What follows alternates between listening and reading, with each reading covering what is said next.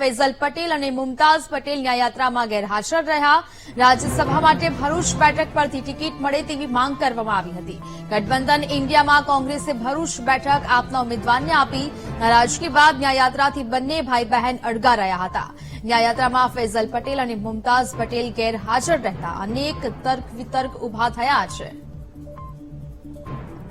સંવાદદાતા દીપેન ફોનલાઈન પર જોડાયા છે. દીપેન, ભરૂચના નેત્રંગમાં રાહુલ ગાંધીની ભારત છોડો ન્યાયયાત્રા પહોંચી, પરંતુ આ ન્યાયયાત્રામાં ફૈઝલ પટેલ અને મુમતાઝ પટેલ ગેરહાજર જોવા મળ્યા. શું મામલો અને હાલ આ ન્યાયયાત્રા ત્યાં પહોંચી રહી છે, શું માહોલ?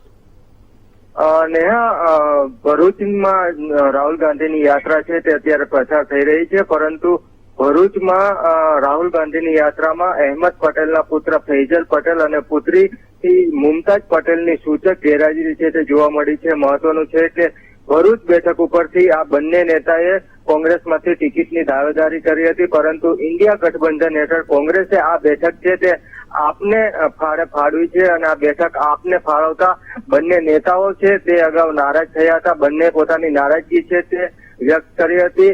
જે હાઈકમાન્ડ છે તેની સમક્ષ પણ ભરૂચ બેઠક આપને ફાળવવાની નારાજગી છે તે વ્યક્ત કરી હતી, પરંતુ આ બાબતે હજી સુધી કોઈ નિર્ણય છે તે કોંગ્રેસ હાઈકમાન્ડે લીધો નથી, જેને લઈને આજે જયારે રાહુલ ગાંધી ભરૂચમાં આવ્યા છે, પરંતુ મુમતાઝ પટેલ અને ફૈઝલ પટેલ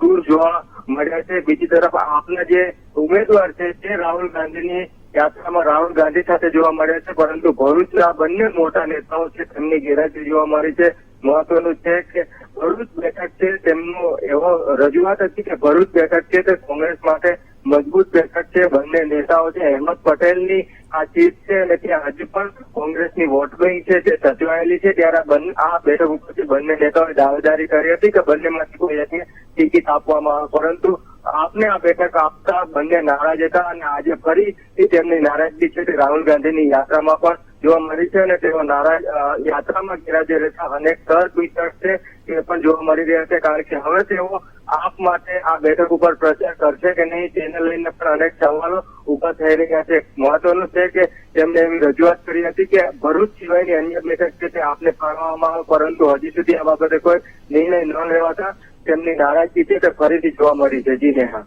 બિલકુલ દીપેન, જાણકારી બદલ આપનો આભાર.